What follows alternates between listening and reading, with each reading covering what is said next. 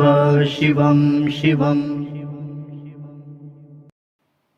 नमस्कार, आप सबका हमारे चैनल श्रीमद् होम रेमेडीज पर स्वागत है। इस वीडियो में हम आपको बताएंगे कि भगवान श्री कृष्ण और माता यशोदा का आखिरी मुलाकात कब हुआ था। सीधी बात है, कुरुक्षेत्र के युद्ध के आसपास ही हुआ होगा।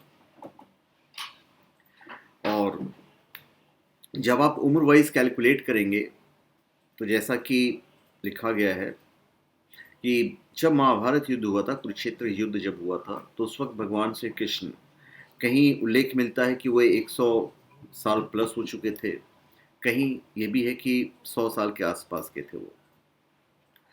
तो एनीवेज, ये कैलकुलेशन का विषय है कि भाई उस वक्त माता यशोदा और नंद बाबा कितने साल के रहे होंगे। हमारा मेन मुद्दा है कि भगवान श्री कृष्ण और माता यशोदा की आखिरी मुलाकात कब हुई थी।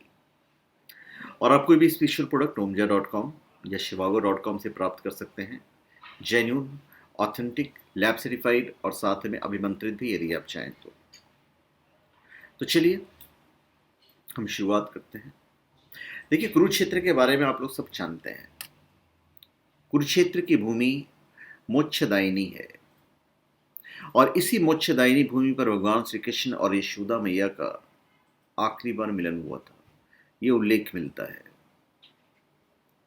कहीं कहीं ये भी उल्लेख मिलता है कि जब वो कुरुक्षेत्र युद्ध के लिए जा रहे थे तो माता यशोदा से मिलते हुए गए।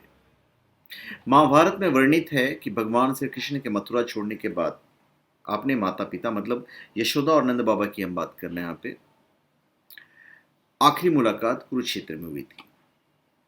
उनके पालन करने वाले माता पिता यशोदा और नंद लाल कहाँ थे उस वक्त।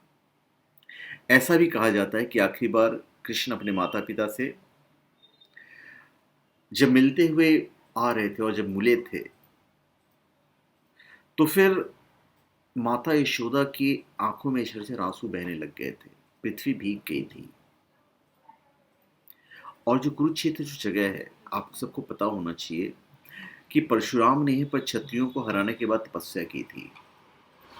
भगवत गीता के अनुसार कुरुक्षेत्र जाते समय कृष्ण अपने माता पिता यशोदा और नंदलाल से मुलाकात करते हुए गए थे, ऐसा भगवत गीता में लिखा है।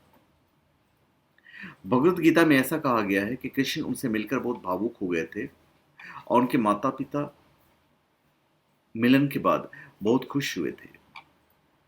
कहा जाता है कि जब भगवान कृष्ण अपनी मां यशोदा से मिलने गए तो वे लगभग आखिरी सांसें ही ले रही थी, ऐसा भी उल्लेख मिलता है। और उन्हें इस बात का बहुत दुख था कि कृष्ण की 16,000 पत्नियां होने के बावजूद वो एक भी विवाह में शामिल नहीं हो पाई। यहाँ पे 16,000 को आप उनकी वो पत्नियां मत समझिए कि मतलब पत्नियां थी, ये वो पत्नियां थी जिनको उन्होंने अपना नाम दिया है। अब यहाँ पे भगवान श्री कृष्ण को अपनी मां का दुख देखा नहीं गया और उन्होंने अपनी मां से वादा किया कि अगले जन्म में वे उनके सारे विवाह में शामिल होंगी। तो इस तरह अगले जन्म में यशोदा, माता यशोदा वकला देवी के रूप में जन्मी और कृष्ण वेंकटेश्वरा, और इस तरह बकुला देवी उनके सारे विवाह में शामिल हुई।